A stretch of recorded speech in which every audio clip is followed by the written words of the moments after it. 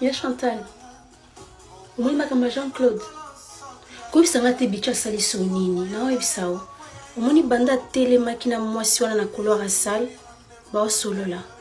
Banda ba telemaki wana. Nga kopona ba femme mususu te. Nga jamais na éducation ba pesanga. Jamais na côté mana mobali ya muninga bona couloir na bandi li solo. Ata ko pepa mwasi na ye. Ata ko tuna ye mwasi azap na ke pese mbote. Tanda tenga misi bassin. C'est grave. C'est grave. En plus, t'as un sourire. T'as le sourire à Jean-Claude. Et Mathieu, tu n'as calvisu et banda qui n'a pas de maman naï. Chemise wana zosa na ngofia linga bimalon ka bongo. Chemise moko chiffonné na ti wucho bimana munora lion. Na obité tika na repasser le yango. Mais basi monde balenge la Jean-Claude nga ba kinga moko mwasi na ye na ocha na AliExpress. Oui, na ocha ma na AliExpress bona tekae.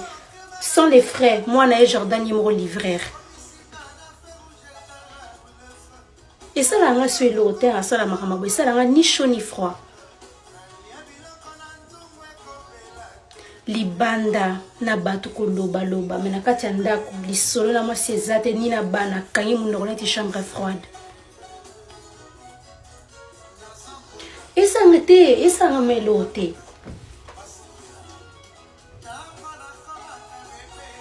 Ya Chantal, na ke kataka lisolo yango. Oui, na ke kata mukaka.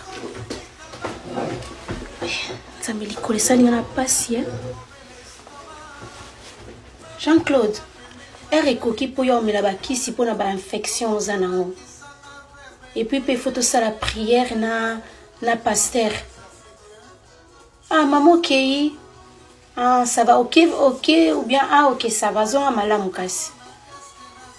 Nazandeni, nasalioni, nazandeni. Et bon, soit quand c'était aux belles sanines, babela tous les jours, tout le monde là-bas qui cite.